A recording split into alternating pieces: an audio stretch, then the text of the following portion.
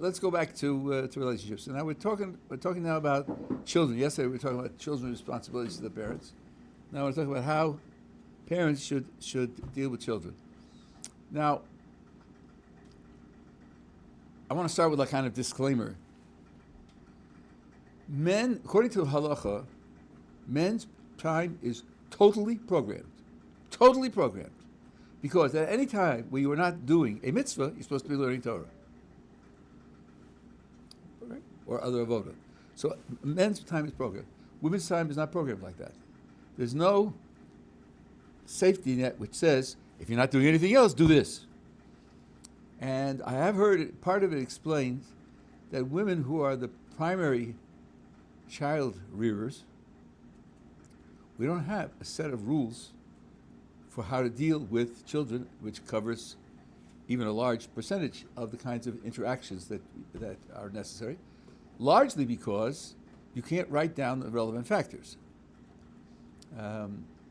It's not that you can't know the relevant factors, but you can't write them down to make rules, because the interaction between the factors is so complex, and it's a matter of quantity, how much fear is in the child, and how much self-confidence, and how much worry, and how much desire, and that's a matter of perception.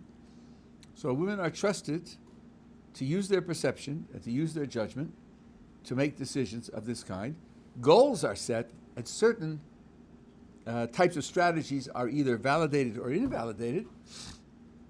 But beyond that, to have specific rules for how you're supposed to deal with children, you're not going to get. So what we're going to get now is things which, in the total picture, will be incomplete and somewhat difficult to define in precise terms.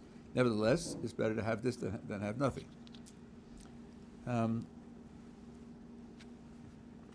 Two broad principles. Punishment is perfectly acceptable, reasonable, natural, and desirable. Even that statement is controversial in some places. Some places you'll be told, use only positive reinforcement. Only reward the things that are good. Don't punish the things that are bad. Well, that's definitely rejected by the Bible itself. Chosech shivto sonei bno. The parent who withholds the rod with which you punish the child hates his child. He hates his child. Why? Why is punishment so important? First of all, you can do this as an experiment. I did it with my children after I was taught the correct approach here, which I didn't have at the beginning. Watch carefully what happens to the behavior of a child who's punished. For example, a child hits another child, and you say, because you hit that child, you can't be together with other children, you have to go to your room. Send the child to the room, come back in a half hour and say, okay, I'm giving you another chance, come on down and play. Look at him, look at his face, look at his body language, look at how he looks at you.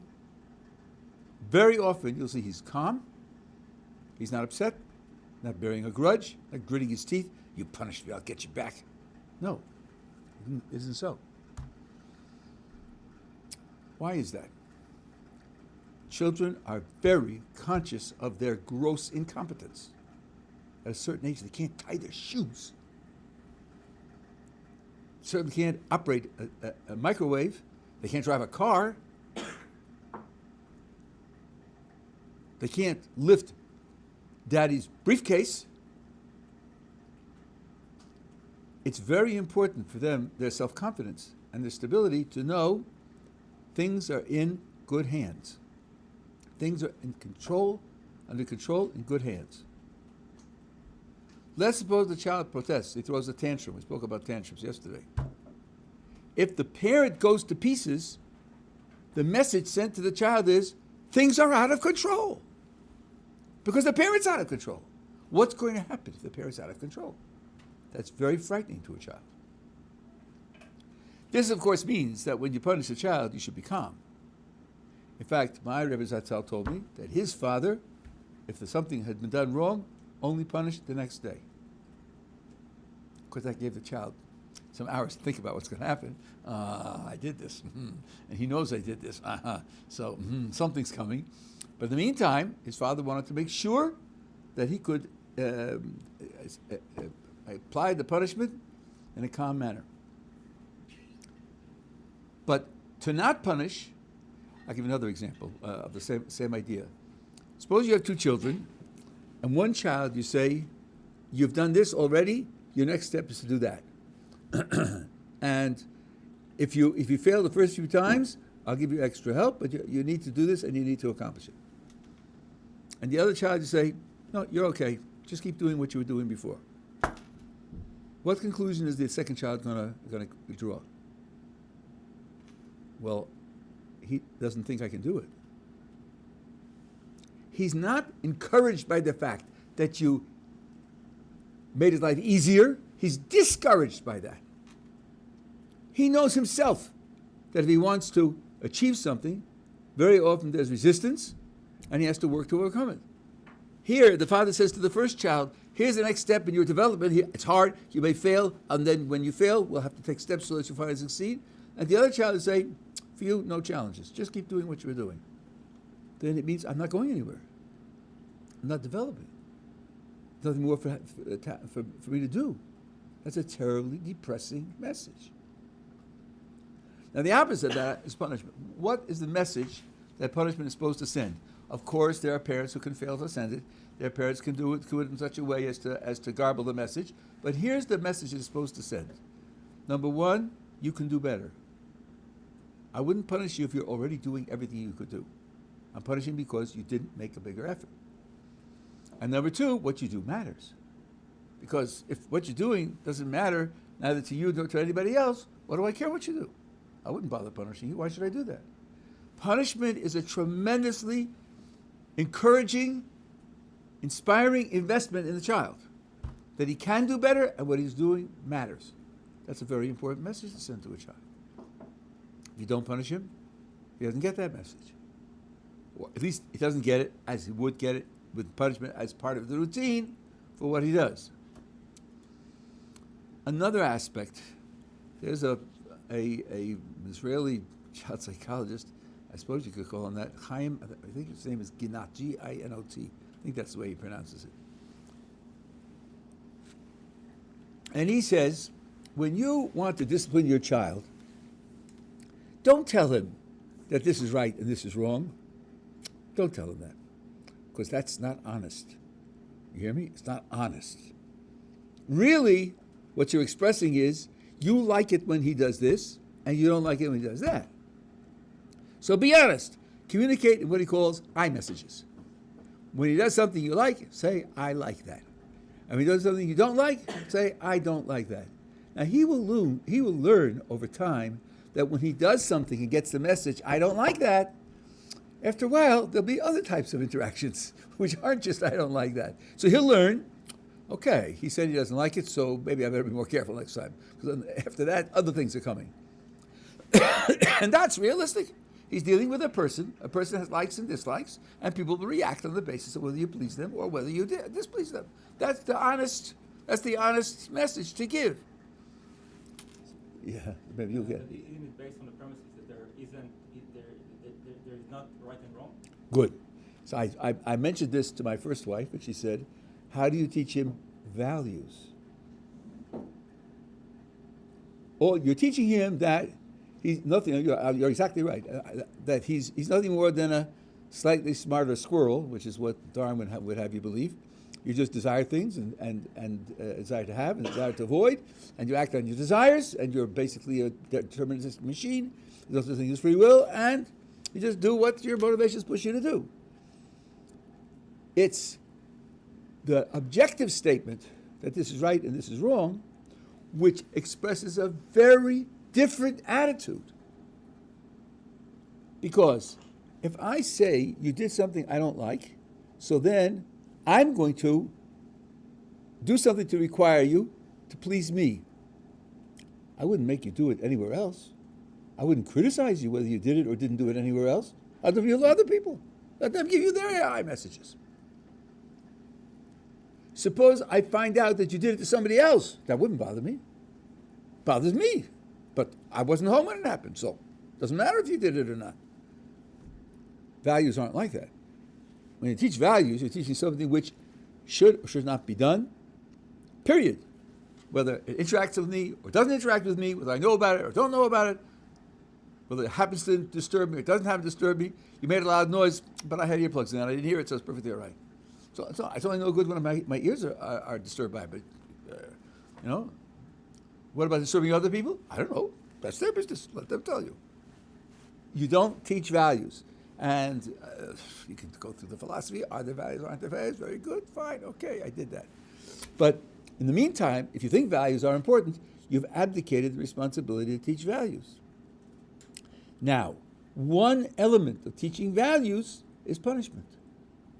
This I saw in a journal, I think in the Journal of Philosophy, maybe 30 years ago.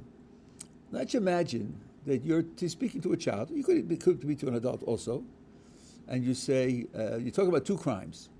And you say, look, this crime, it is a crime, it's wrong, shouldn't be done, but it's quite common and it's not very destructive, and people should be told about it and encouraged to avoid it. Whereas this crime is a disaster. This crime is tragic. This crime is supremely criminal and vicious. That's what I say. Those are the words that I say.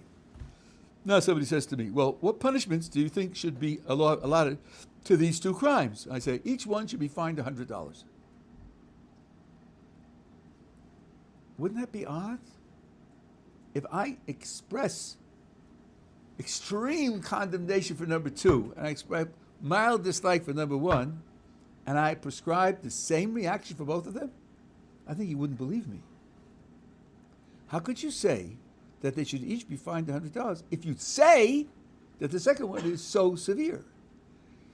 The way in which you react to the crime, in part, communicates what your attitude towards the crime really is.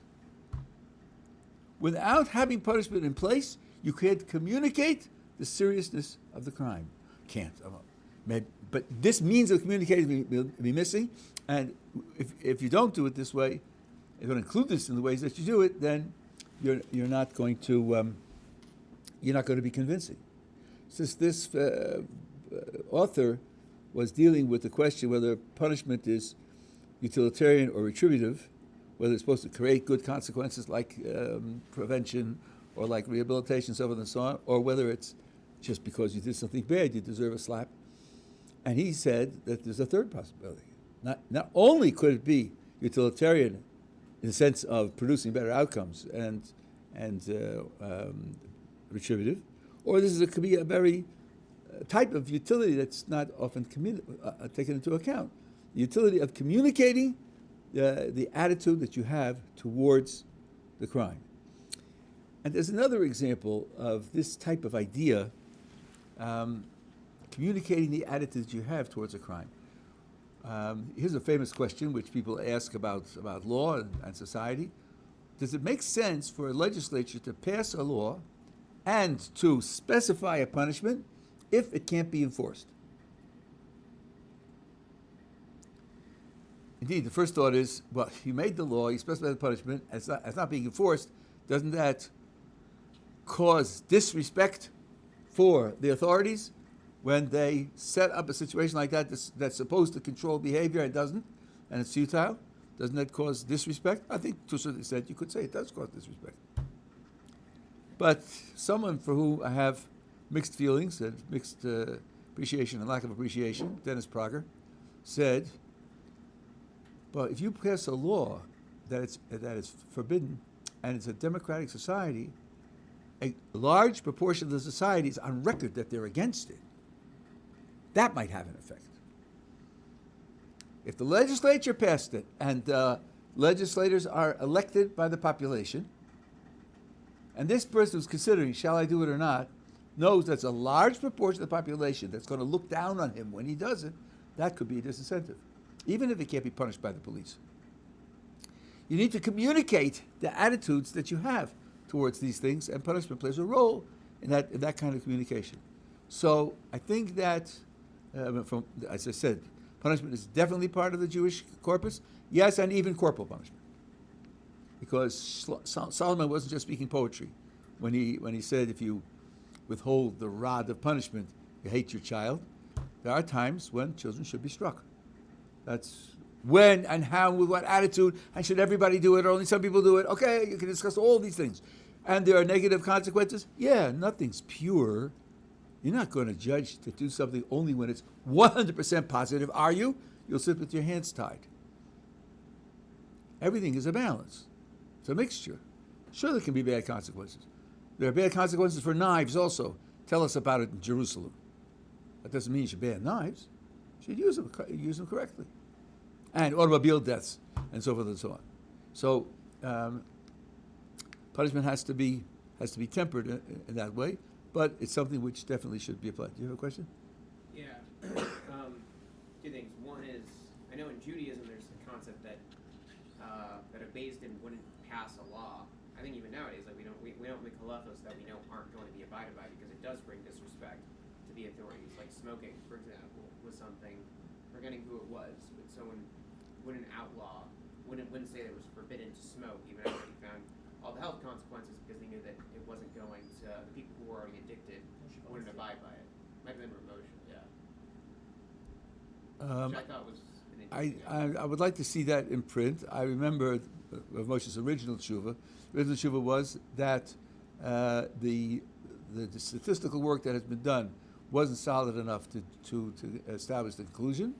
And when the conclusion is not established, there's a pasuk that says Shomer B'Soyim Hashem, someone who's doing something with a simple mind, which doesn't take into account the strengths and weaknesses of the latest research, and so on. Kodesh Baruch Hu will protect him. And later on, he changed his mind. Didn't change his mind, but the research became more positive. The fact that addicts won't immediately follow the law, that's not a reason not to have a law. That's I think you said that you can't take on smoking, but he wasn't going to determine it to be forbidden, like an avera, to a degree, if an addict kept smoking, because they're just, what are they going to do? But that's different. There's a difference between saying the law has exceptions versus saying the law is universal, but only these types of infractions will be punished. Kind of a grandfather clause. No, that's something else. Also, that's where the law will have exceptions. These people will be exempted from the law. I'm talking now about the difference between the having exceptions to the law, which means the law doesn't apply, versus there is the law, and these types of infractions, these types of breaking the law, won't be punished. We have a concept of onus. Onus means you could not be expected to fulfill it, either because you didn't have the appropriate knowledge and you had no responsibility to have the appropriate knowledge, or perhaps because the pressures on you are too extreme and you're not able to overcome them. I mentioned this about Job the other day. Right? It says, "Eo b'lidas yidaber." Job spoke without knowledge, and it's understood because he was in so much pain. And Rava says in Bava Basra, therefore he wasn't held guilty. He wasn't held guilty, and he wouldn't be punished for it. That doesn't mean you're allowed to speak that way. It just means when you do the wrong thing, you're not always punished or you don't bear no guilt for doing it because you couldn't have been expected to do better. That's not the same as saying the law doesn't apply. Yeah, that's the distinction. That's crucial. It's when we talked about Kant. It's exactly what we spoke about. Yeah. The other question was just that when we're talking about punishments, this is specifically for the purpose of equipping your child with the tools and morality that he's going to need to function in the world. It's not that it's your job to give the child, like theoretically, as far as the Dinei Shemayim, like Hashem is gonna, give him the punishment that he needs that theoretically could bring him back on track. Like there is some element that you could kind of like, I don't know if this is like ashkafically incorrect, but if your kid's really misbehaving and then having a tough time at school and not getting along with his friends, you could be like, look, you're not getting along with your friends because you're a jerk, like things like that. But and maybe getting into even more nuances than that. I didn't catch the question now. I'm just asking that to what degree do you need to choose punishments like giving your kids a timeout or grounding them versus showing them the consequences of their own actions? Oh, I don't think one's an exclusion of the other. I think you should do both. I think you should do both. I mean, look, you have to tell. I started by saying that these things are not going to be well defined. They're not going to be completely precise. Rabbi Yirmiyah was famous in the Gemara for asking gray area questions, and they often got the answer teku because they're gray area questions. They're questions where it's nuanced, or you have to make an evaluation of the quantitative contribution of different factors, and that's something which can only be done with your judgment. Can't define it. There's no thermometer to measure the temperature, and so on and so on. I said that at the beginning. Yeah, So, like it's tend to but rebel I think that explaining you, consequences. the guiding principle is think how you want the child to develop and do something that will contribute to that development. It's just that the Torah says, here are acceptable resources to use for this end, and there will be some that aren't acceptable, and that will set limits on what you can do. The question is more so that it's everything that we've been talking about in terms of, like, if you go home to your parents, you know, that you're not supposed to get involved in shkafic conversations, like, to some, you know, Right. not really. So I'm wondering, to what degree does that exist between parent and child? Because obviously you need to give them an education, but if you start explaining to them that one of the reasons their behavior is incorrect is because God says so, like, you know, and you try to explain it, a lot of times kids might have a hard time with that. Explaining the consequences from a moral standpoint. Well, that's another issue. We'll have to. Different issue, I'm going to talk about this at length about the idea of how you portray God to them, and if you do it the way I'm going to describe, then you might be able to do that. But it requires a background. Now, it has been said that when you punish a child, you should be very clear that you're punishing the action and not the person. That's very, very important. As a matter of fact, there is an explicit incident in the Torah which carries this message. One of the greatest pleasures of Jewish scholarship is when you make an observation and then you find out somebody great made that observation. Unlike the academic world, where when you publish a paper, it's got to be new. Here, if you thought of something and it's very old, that makes your day. Because it means my mind went down the groove of some great person. Miriam speaks against Moses to Aaron. And the Baruch Hu reprimands both of them. And since she initiated it, she is more severely punished. She is excluded from the camp for 7 days. And the Torah says the people didn't travel for those 7 days. Well, the people didn't travel. The people traveled when the cloud went up, signaling that they should travel. They didn't travel because the cloud didn't go up. Why didn't the cloud go up? Because I'll say because. More than 80 years before, when Moses was born, and he couldn't be hidden, he was put in a basket, put at the edge of the river, and Miriam went and stayed there with the basket to see what would happen. And when the daughter of Pharaoh came down to bathe and saw the basket and asked to be brought to her, and she discovered a Jewish child, and she's wondering what to do with the Jewish child, Miriam said, shall I find a woman who will wet nurse the baby for you? And she said, please do. And she went to her mother and arranged that it should be her mother. And the Egyptian princess gives the baby to Miriam to give to her and his mother, and she nurses her own baby for the next couple of years. So, Chazal say, what did you do, Miriam? You waited there to see what would happen with Moses, and you were the one through whom this arrangement was made. Over here, we'll wait for you also. We'll wait for you also. Because you did that beautiful waiting, which was a wonderful mitzvah. The people will wait for you also. So when I heard that, I thought to myself, okay, Miriam did something good. That's wonderful. Because Baruch Hu wants to reward her for that. Wonderful. Why wait 80 years? Why not reward her in between somehow? And the answer I came up with, and I found that Rabbi Moshe Feinstein said it also, said it word for word, is this. She's being rewarded while she's being punished. She's being rewarded while she's being punished. What message does that send? It sends the message that I'm not against you. I'm not divorcing myself from you. I haven't lost my confidence in you, my hopes for you. I'm not going to stop investing in you. You did something wrong. Because you did something wrong, you need to have this consequence of what you did wrong. So, for example, go back to the child who hits another child, and you say, hitting like that isn't tolerable. You have to go up to your room. When he goes to his room, you could hand him a book and say, maybe you'll enjoy reading this book. Does that cancel the punishment? No, he's not downstairs with the rest of the children. Doesn't cancel the punishment. But it says, I love you, and I believe in you, and I'm still investing in you, and I still care about you. You can't be downstairs. You hit the other child. Sorry, that can't be done. That sends the message that I'm punishing the action and not the person. This is an absolutely crucial distinction to make. The child should always feel your support, your belief in him, your trust in him, and together with that, criteria for his behavior.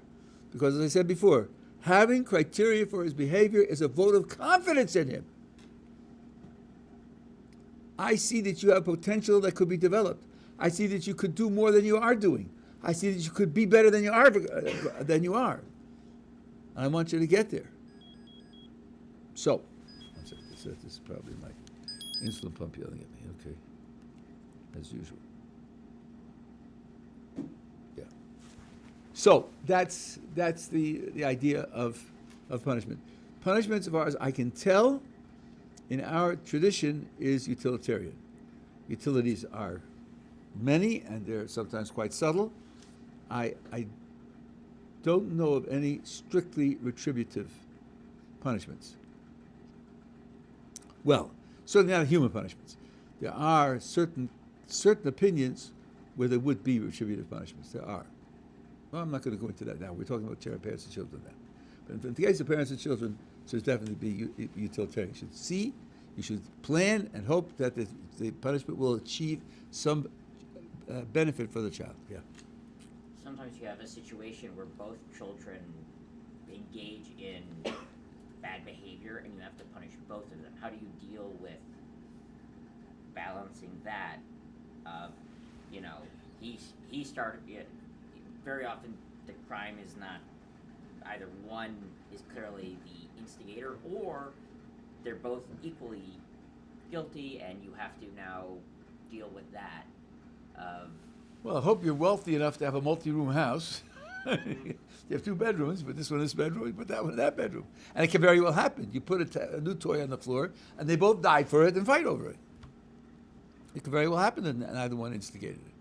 Maybe you're guilty for instigating by putting the toy on the floor, but other than that, right? So there's no reason why you can't punish 2 children at the same time. You have one instigator. I'm saying is if you have one who, they both did wrong, but one clearly was the one who... Some children are. Okay, so then that's where A provokes B, and B. One second, where A provokes B and B overreacts. Right? So then there's definitely a heavier weight of responsibility on the one who provoked. So you say to the first one, you provoked him, you did something nasty to him, and he responded. It's normal when you provoke somebody that he's going to respond, and it's. For you to complain that he responded when you provoked him is absurd. Right? The fact that he should have been a tzaddik, that's none of your business. Then you turn to the other one and say, it's normal to respond. We'll teach you how to deal with things without responding with your hands. But he gave you a slap, and you pushed him down a flight of stairs. That's not a proportional response, right? If you had given him a slap back, it would have been something which I prefer you didn't do, but I can understand where it's coming from. But to overreact in that way is something which can't be accepted either. And I would explain to each one what he did wrong. But we're talking about what ages, not when they're 3, obviously. What? The problem is children are not logical. Even 8, 9, 10, they're not. No, as far as they're concerned. That's not true at all. Children are very logical. Wait until they argue with you about what you do. They'll be very logical. You said there were no cookies in the cookie jar, and I found out that there are, and that's why I ate them. And then what do you say? They can be very logical. They can be very logical. And here's a rule of thumb in relationships generally, but applies to children as well, and that is when you interact with somebody and you try to make a point, and the person rejects your point, don't think you lost out. The rejection can just be saving face. He doesn't want to admit what you said, or He does reject it now, but a month from now or 2 months from now, when he thinks it's over, when he's calmer, he will get the point. Don't think that you're futile when you don't get the response that you would like to have at the moment. I think that's a very important point, and especially if it repeats. If it repeats, after a while, the child can anticipate it. It might not stop him, but he can anticipate it. And if it repeats, he hears a consistency. Aha. When I do that, I get this message. Eventually, it'll start to sink in. What about repeat offenses? Meaning there's a child who doesn't matter how you punish them, they still do that one thing. Well, number one, I wouldn't, this is like people who say, this is a condition, a psychological condition that can't be altered. Oh, I don't think it's a... No, listen, I'm making an analogy. It's like a person who says, this psychological condition can't be altered. And I usually ask, I know of about 16 therapies which are advertised for this condition. Did you try all 16? Did you try all pairs of 16? Did you try triplets of the 16? That means you tried 42 different methods to cure it? You didn't? So how do you know it's not curable? Why do you say it's not curable? Why do you say it can't be changed? Because you're doing a political stunt, because you have nothing to do with psychology. So here too, how would you know that no matter how you punish him, it won't make any difference? How many punishments did you try? What imagination did you use? Not going to the other child's birthday party? Did you try that? Or not having his favorite dessert for a week? Did you try that? And there are lots of different ways to motivate children by showing them the bad consequences of their actions. So I think it's very difficult to say, no matter what I do, it won't make any difference. It's be very difficult, unless the child really is neurotic or psychotic, God forbid, and then he's not hearing you. Not hearing you, not registering the punishment at all. He's just going through life like a bulldozer. Right? That could be, but it's very rare. It's very rare. Yeah, and of course, the older the child is, the more sophisticated the punishment can be, because he has much more sophisticated desires. Here, I'll ask you a question. What you think about this? It's maybe a little bit subtle. I've seen this in print, and people I've told it to are horrified.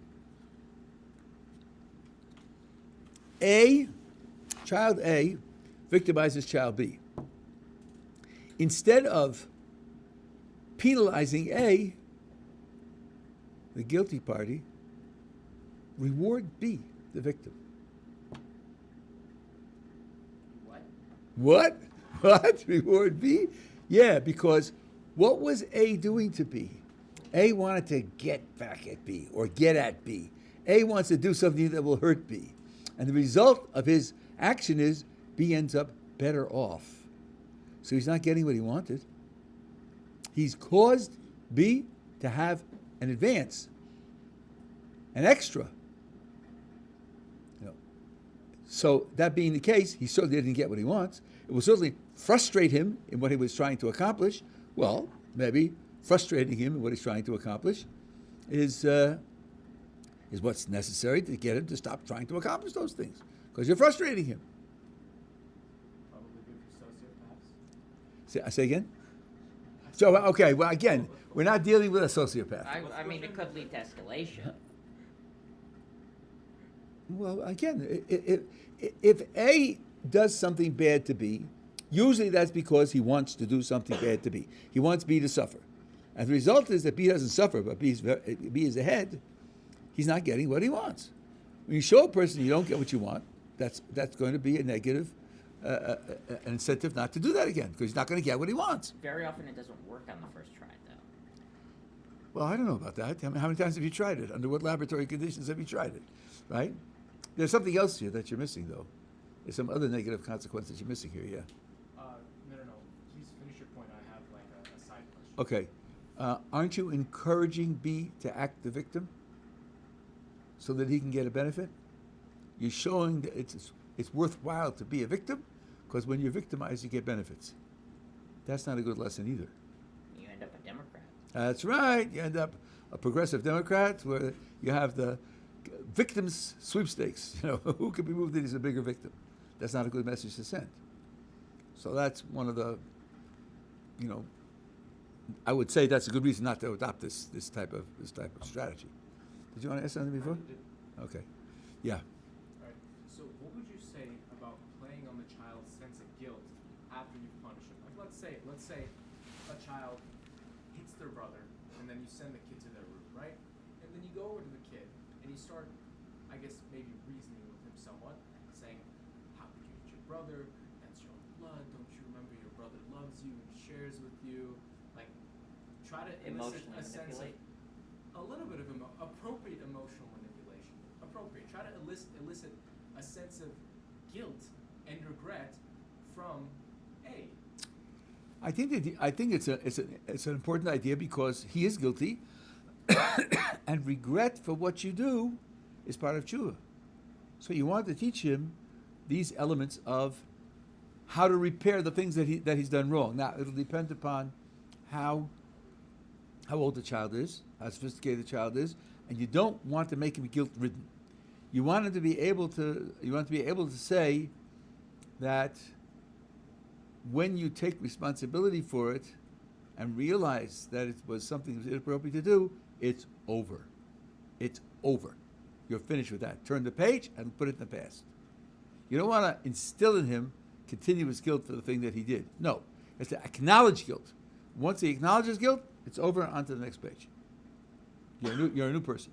That's what Rambam writes about tshuva. You're a new person. So I think that would minimize the secondary damage from that. But yes, at a certain point in time, and I don't make it too heavy. If there are 3 reasons why he's guilty, give him 1, and let it sink in. And leave it. Don't overplay it. But as a category, I think you're right. I think it is a relevant category. It's more painful than the punishment, It might or might not be. You know, I'll tell you something. depending on the kid. The whole idea of corporal punishment, I said to you, the Torah definitely has approval of corporal punishment, and there's a whole one of the 1,344 crazy things on the left. You can't hit a child and say this thing did a child and so forth and so on. One of the things they don't recognize is that you're talking to teachers who are flesh and blood, limited human beings.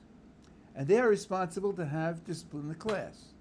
You tell them don't hit, so it goes on in their minds, okay, so then what? Can I call him a name? Can I brand him with something embarrassing? I can't hit him!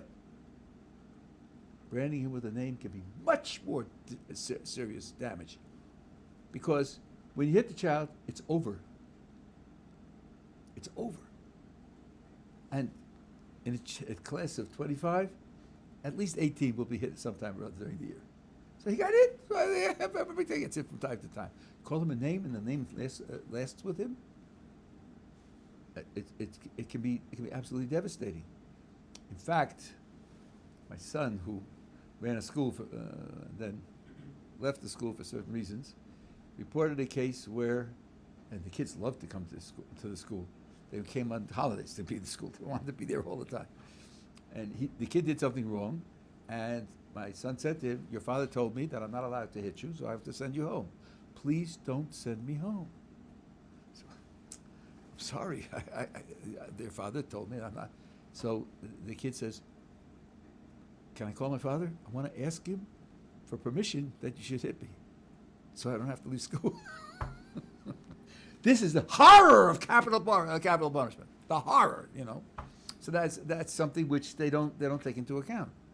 They just, you know, when you say A is forbidden under all conditions, in certain circumstances that's crippling, and it has I remember a case in New York where a child who had limited abilities and he came late to class one day.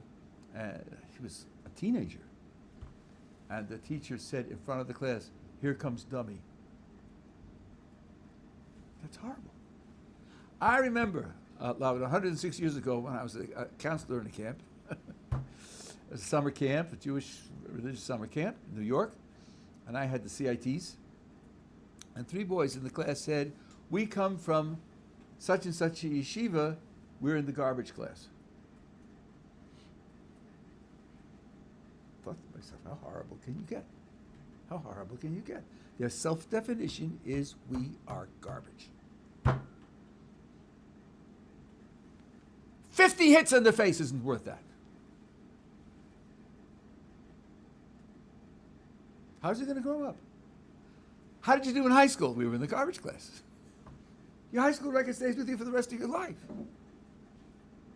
So I think that people have to be a little bit more imaginative and broad-minded about making absolute rules like that. But at any rate, so corporal punishment is something which is certainly appropriate in some circumstances by certain people and done in certain ways, and has to be studied. I can't give you detailed guidance. When you become parents, you should, if you plan to use it, you should seek out some detailed guidance as to how it should be done. It also has a social aspect, because if nobody else is doing it and everybody thinks it's bad, and he's the only one who's getting hit, that could have a negative consequence also. So that has to be taken into account. Okay, there's one other feature that I want to talk about. I don't know if I can finish it today. Today's Wednesday, so that's okay. This is extremely, extremely important in my view.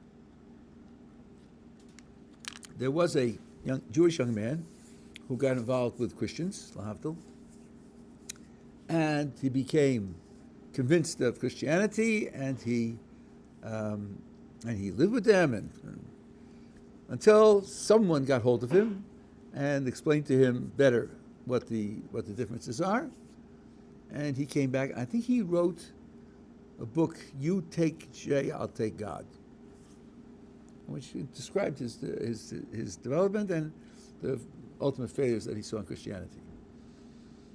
He wrote an article, I forget where this was, where he described something about his coming back and how he feels about it.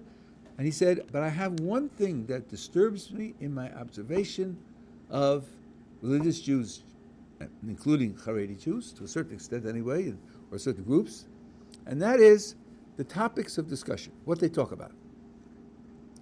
They talk about law and values and responsibility and courage and punishment and creativity and building and social responsibility. But they don't talk about God. They don't talk about God. Yeah, Baruch Hashem, but the kid realizes right away. You say that when your mind is thinking about making coffee. You say that like good morning or gesundheit or whatever. It just comes out of you. They don't talk about God. So I thought to myself, that's an interesting observation. How often do I talk about God? So here's some examples. A child comes home from school, and the mother says to the child, "How was your day?" So and so on. And the mother says, "You know what happened to me today? I had a doctor's appointment, and I was driving there in the car, and I couldn't find a parking place. And I don't like to be late for an appointment.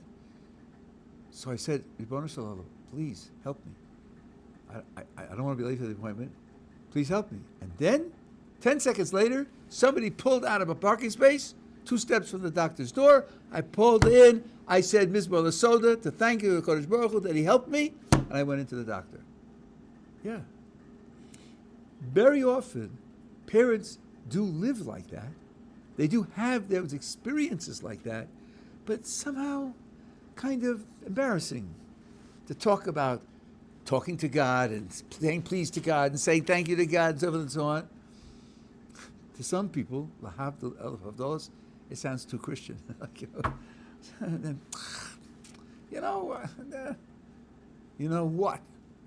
You experience it that way, right? It's part of your life, right? What is your child looking to you for? What does your child see in you? How to live. The child learns how to live by imitating you. Share this with the child. When you do something and you think, shall I do it this way? Shall I do it that way? What would a Kodesh Baruch Hu want? Mamchal says in Perek Yud Ches of Mesilas Yesharim, the chassid is someone who does things to give nachas, ruach to the Borei, to please the Kodesh Baruch Hu. Oh, it's too anthropomorphic. Tell that to Ramchal. Thank you very much. I want a Kodesh Baruch Hu to be pleased with what I do. So I was thinking, this person provoked me. I'm smart enough to give a really nasty answer. I can cut the person down. But what does the Kodesh Baruch Hu want? That's what I thought to myself. I thought, Kodesh Baruch Hu wouldn't want me to do that. So I said, please, Ribono Shel Olam, help me control my anger so I don't do that. You thought that when it happened, share that with your child. It's a very important part of communicating to the child what it is to live like a religious Jew. So then the child begins to pick up that important part of life is seeing how things look from a Kodesh Baruch Hu's point of view and taking your relationship with him into account when you make decisions what to do.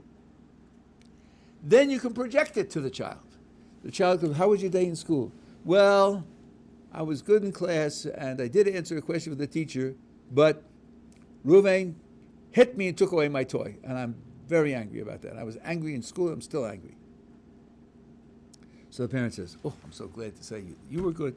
I'm glad to hear that you answered your child's question, and I'm sorry it happened to you. We talked about validating children's feelings. I'm sorry that happened to you, and I'm sorry that you're angry.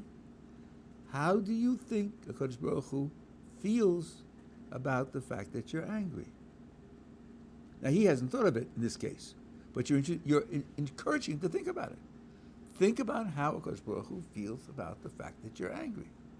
Now, depending upon the child's age and how much the child knows, he may remember, gee, Moshe Rabbeinu got angry and was punished for it, didn't he? That's not so good. And so else got punished for being angry. Maybe HaKadosh Baruch Hu doesn't like anger. Maybe he doesn't. And you begin to feel queasy about it. And then the parent can say, so let's talk about how we can try not to be angry.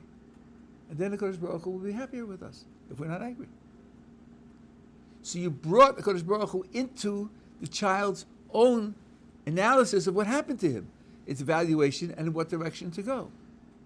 Make HaKadosh Baruch Hu part of the conversation.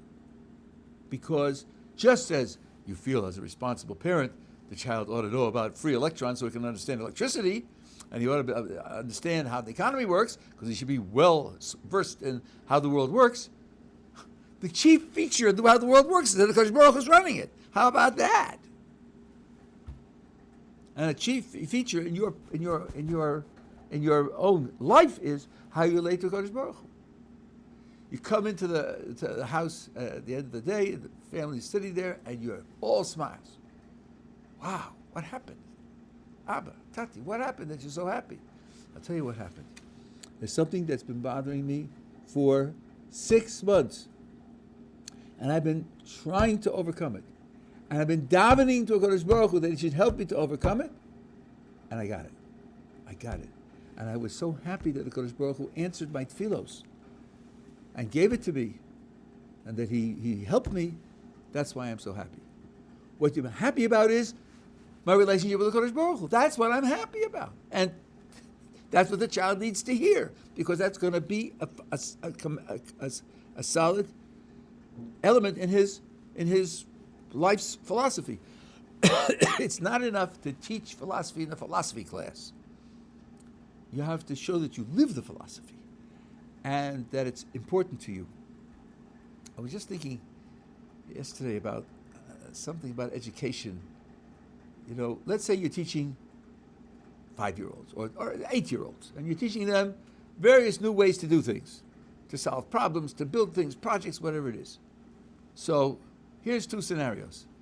We are now starting chapter 6. Open your books to chapter 6. Here are instructions for creating a chemical mix that will build a certain implement. First you take this, and first you take this, and then you take this, and then you put them together, and you wait 6 hours, and then you apply heat, and then in the end, the chemical changes are these and these and these, and this is what you get. For tomorrow, you have to memorize this, and that will go on to the next section. That's one way to present it. Here's another way to present it. You know, if you need something, you're building something in it, and you don't have it, here's a way to get it. This will tell you how to be able to finish the building. If you don't know how to do it, look, and it's amazing. You take this, and these are both liquids, and then you add this, and it becomes a solid. Look at that. Something that flows becomes solid. Isn't that amazing? Now, when you apply heat, then it bends a little bit, and then when it bends, you can shape it into just what you need to finish it, and then you can finish it. Isn't that wonderful? Do you hear the difference in the 2 ways of teaching? One way is objective fact, and the other is I'm giving you something that can help your life. Your life can be better if you know this. One way is, I taught this for the last 10 years, this is year 11, so I know the words, don't worry. I won't fall asleep in the middle. I'll say all the words. And the other is, look how wonderful this is. Look how exciting this is. Here, this thing will come out, and then you can finish your project. You communicate to the child the joy of learning because you will have a better life if you learn things. And that's exciting. You communicate that excitement. So the same thing's true vis-a-vis teaching about a Kadosh Baruch Hu. Oh, Kadosh Baruch Hu has lots of good stuff. And that's what he offers as reward. And he has lots of bad stuff, and that's what he threatens as punishment. So let me give you some good advice. Do the right thing. Get the good. No! Kadosh Baruch Hu wants you to be close to him. He wants to be close to you. He's involved in your life. He wants to show you that he's involved in your life. He wants your life to go well. And this is the way in which he's taught us that you can make your life a good life. These things are going to make you into a person who will have a good life. They're good for you. This is the way that can be communicated. And the bottom line is, yes, talk to children about the Kadosh Baruch Hu. That should be, every day they should hear some of that. Because it's very important to you, isn't it? Well, if it's very important to you and you want your child to absorb your values, then you have to express these values to the child. I think it's a very important. When I read that thing that this fellow wrote, it hadn't occurred to me. And when I thought about the conversations that we have and other people have, Kodesh Baruch Hu was not so prominent, and I thought that was a very, very important observation. Okay? Okay, tomorrow we'll continue also with parents and children. There's more to say.